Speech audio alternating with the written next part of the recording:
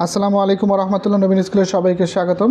দেখো আমাদের আজকের ভিডিওটি কিন্তু এইচএসসি পদার্থবিজ্ঞান প্রথম পত্র ফাইনাল সাজেশন, যে আমরা এই ফাইনাল সাজেশনটি ফলো করলে কিন্তু প্রথম পত্রে অবশ্যই কিন্তু তোমরা জিপিএ 5 অর্জন করতে পারবে। দেখো এখানে আমরা 8টা অধ্যায় রেখেছি। আমরা কিন্তু প্রথমত বলি যে এখানে যে দেখো তৃতীয় এবং নবম অধ্যায় কিন্তু রাখিনি, এটা কিন্তু একবারে বাতিল করে দেওয়া হয়েছে।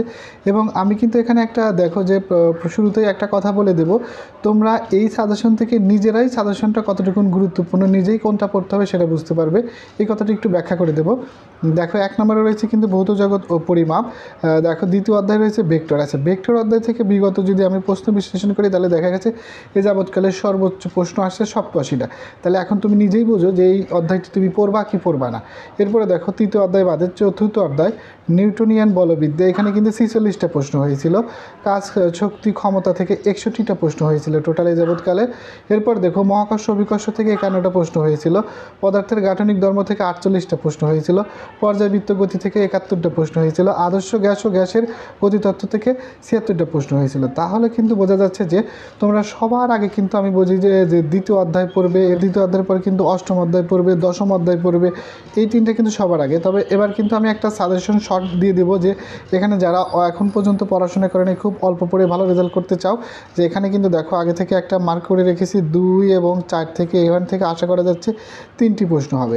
3টি প্রশ্নের পরে কিন্তু এইখান থেকে দেখো যে এখান থেকে যে কোনো 2টা অধ্যায় যদি সিলেক্ট করো তাহলে কিন্তু 5 লিখতে পারো। যেমন ধরো এর সাথে যদি আরও যদি 8 এবং 10 যুক্ত করি তাহলে কিন্তু এখান থেকে একটি আরও 2টি, তাহলে টোটাল কিন্তু তোমরা 5টি প্রশ্ন এমনিতেই লিখতে পারতেছো। যে আমাদের কিন্তু টোটাল 5টি প্রশ্নই লিখতে হবে। পর্যন্ত প্রস্তুতি নাও নয় যদি বলো যে তারা কিন্তু আর একটা সাজেশন দিতে পারি, ভেক্টর অথবা নিউটনিয়ান বলবিদ্যা বাদ দিয়ে যদি তোমরা শুধুমাত্র এই কয়টা অধ্যায় পড়ো, যে 5, 6, 7, 8, 8, 10 এই কয়টা অধ্যায় পড়লে কিন্তু তাও কিন্তু 5টি প্রশ্নই কমন পাবে, 5টি প্রশ্নই লিখতে পারো। যার কাছে যেটা একটু কঠিন হয় সেটা স্কিপ করতে পারো। তাহলে দেখো যে অবশ্যই কিন্তু এই সাজেশনটি ফলো করলে এখন জিপিএ 5 অর্জন করতে অবশ্যই পারবে। এরপরে দেখো এই সাজেশনটি একটু দেখতে থাকে। এই সাজেশনে আমরা কিন্তু এই যে কয়েকটা অধ্যায়, এই কয়েকটা অধ্যায়ের কিছু বোর্ড কোশ্চেন বলে দেব। বোর্ড কোশ্চেনগুলো পড়লে কিন্তু অবশ্যই কাঙ্ক্ষিত ফলাফল করতে পারবে।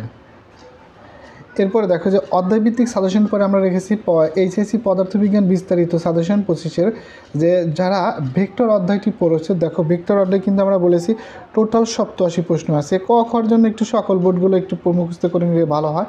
আমি কিন্তু বোর্ড বিশ্লেষণ করতে গিয়ে দেখেছি কোনোটা কয়ের সাথে ক্ষয়ের সাথে খুব একটা মিল নেই। তবে এইগুলো দেখো যে যেগুলো বাদ রেখেছি এগুলো এই অঙ্কের মধ্যে আবার একটু ক্যাটাগরিতে মিল আছে, তাই বাদ রেখেছি।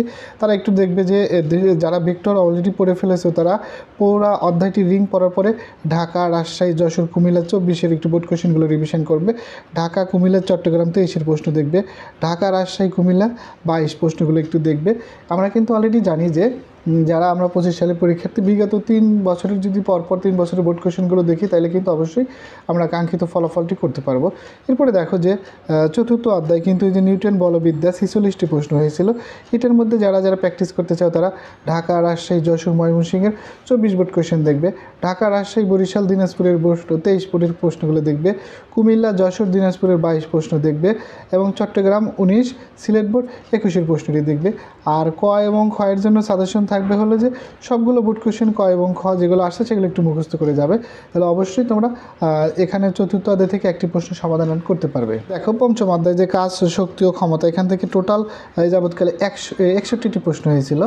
পরবর্তীতে দেখো যে পঞ্চম অধ্যায় এই যে কাজ, শক্তি, ক্ষমতা এই যাবৎকালে কিন্তু 61টি প্রশ্ন হয়েছিল। 61টি প্রশ্ন, তাইলে কিন্তু অধ্যায়টি অনেক গুরুত্বপূর্ণ তোমাদের কাছে। এই অধ্যায়টি যারা প্রশ্নগুলো অলরেডি পড়ে ফেলেছে তারা ঢাকা, সিলেট, যশোর, ময়মনসিংহের 24 প্রশ্নগুলো দেখবে। ঢাকা, রাজশাহী, চট্টগ্রামের 23 প্রশ্নগুলো দেখবে। চট্টগ্রাম, বরিশাল, দিনাজপুরের 22-এর প্রশ্নগুলো দেখবে।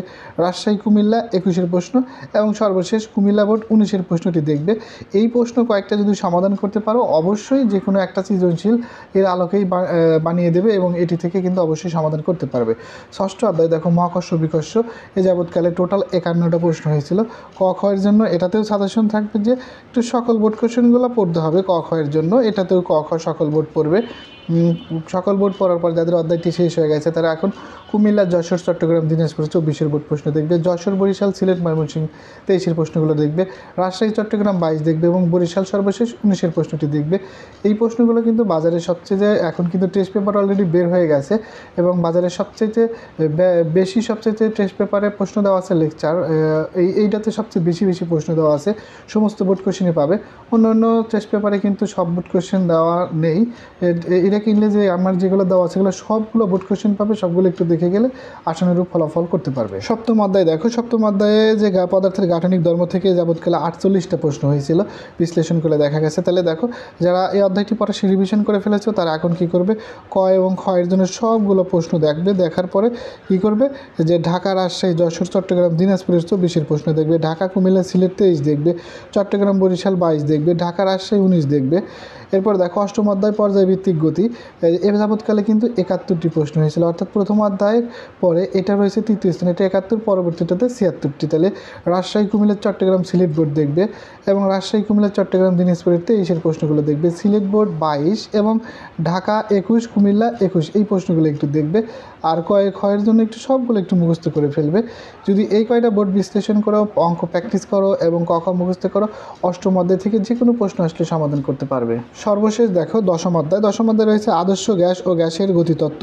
এখান থেকে টোটাল 76টি প্রশ্ন আসলে প্রশ্ন একটা এইচবিসি অ্যানালাইসিস করে দেখেছি যে এইটা যদি তোমরা দেখো যে এইটা দেখলেই কিন্তু তোমাদের কিন্তু অবশ্যই পড়তে ইচ্ছে করবে, যে নিজেই তখন সাজেশনটা বুঝতে পারবে যে এই সাজেশনটা কত গুরুত্বপূর্ণ, কোন অধ্যায়টা কত গুরুত্বপূর্ণ নিজেই বুঝতে পারবে। তাই এর পরবর্তীতে কিন্তু আমরা রসায়ন প্রথম দ্বিতীয় পত্র, পদার্থ দ্বিতীয় পত্র, গণিত প্রথম দ্বিতীয় পত্র সবগুলো সাজেশন দেবে এবং সবগুলোতে এরকম প্রশ্নগুলো একটু বিশ্লেষণ করা থাকবে, কোনটা কতবার আসছিল। তখন আশা করি যে নিজেরাই বুঝতে পারবে কোন অধ্যায় পড়বো। আমি বলার আগে তোমরাই বলবে যে স্যার আমরা এই অধ্যায়টি পড়বো।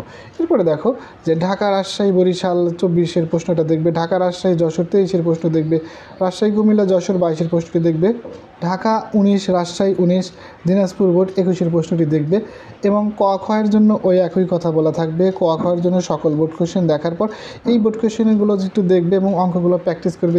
যে অধ্যায় চিত্রগুলো আছে চিত্র প্র্যাকটিস করলে অবশ্যই তোমরা প্রথম অধ্যায়ে কিন্তু রসায়ন প্রথম পত্রে কিন্তু অবশ্যই GPA 5 অর্জন করতে পারবে এবং যার যেটা আশানুরূপ প্রত্যাশারূপ রেজাল্ট করতে পারবে। পরবর্তী ভিডিওগুলো পেতে সাবস্ক্রাইব করতে আমাদের সাথেই থাকো। আল্লাহ হাফেজ।